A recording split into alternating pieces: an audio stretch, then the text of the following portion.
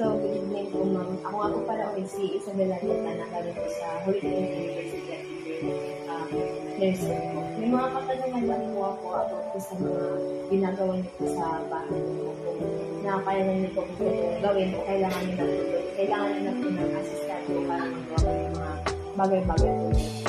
So, una po, sa pagligo po, mag-isa lang po. Sa pagbisan man po, hindi na kailangan ng pagbisan. Hindi naman. Sa pag-ano po ma'am, sa CR po, hindi rin po kayo nahihirapan sa CR po, yung pagbuka ng CR po. Hindi naman. Sa ano naman po ma'am, pag halimbawa po kayo gusto mo lang, hindi naman po kayo nahihirapan bumangon po. Karin sa kanya. Minsan, masakit ang tuhod. May paa. Okay.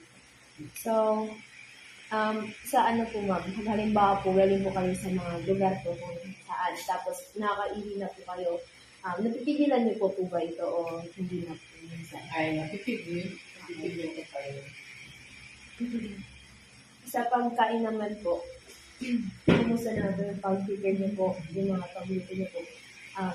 Kayo po ba, is kayo po yung nagluluto nito na prepare o kailangan niyo na po ng kasama ng tulong po sa paggawa po ng mga kain po o Kaya ko pa naman magluto, pero kadalasan sa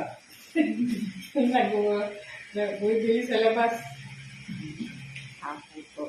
Sa ano naman po ma'am, sa paggamit po ng mga telepono niyo po or sa cellphone po, hindi naman po kayo nahihirapan sa pag-dial po ng mga number. Ay, hindi pa naman. Hindi pa naman. Sa pag nakamalengke po ba kayo ma'am, isa lang po kayo? Pag-isa lang. Paminsan-minsan lang. Sa paglaban niyo naman po, Mm. kailangan niyo po ng assistant sa paglaba po. Hindi naman. Nagpapalaba lang ako ng mga bedsheet, yung mga ano ba yun, yung pangkati. Ay, hindi ko lang kaya yung malaki talaga.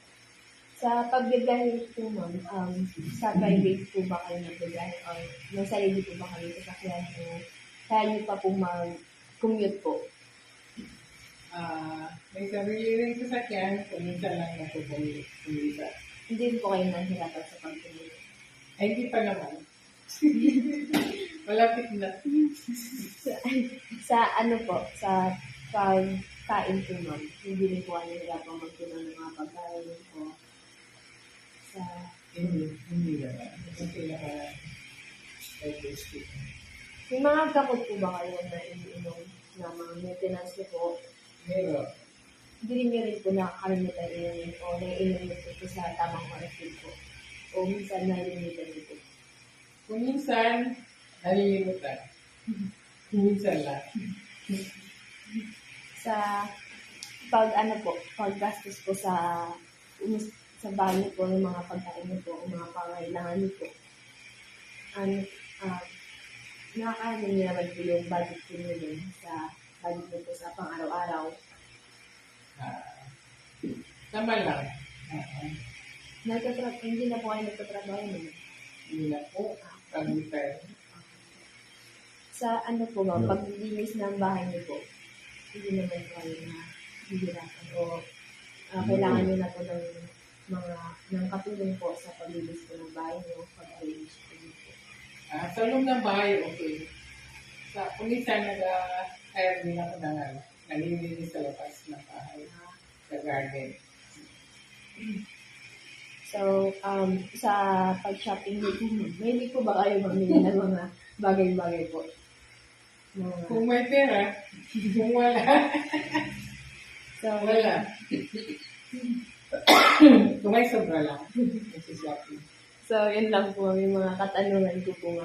Next week po, babalik po ako para po mag-assist po ulit sa inyo. Maraming salamat po. Walang anuman. Thank you po. Hanggang sa susunod.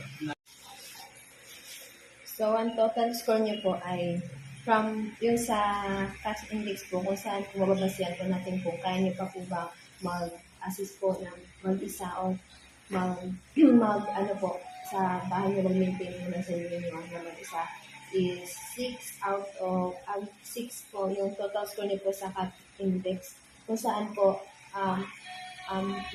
maano pa po kayo which is independent pa po kayo which is malakas pa po kayo. And ito po sa isa po natin procedure na ginawa kung saan po gumawa po tayo ng activities of instrumental activities of daily living po. Mayroon po kayong score ng 7 which is 7 out of 8 which is pass naman po yung score niyo po sa pagiging independent po. Kaya niyo pa po yung sarili niyo na mag-isa po kayo sa bahay niyo po o sa mga daily na gawaing bahay niyo po. Thank you po, ma'am.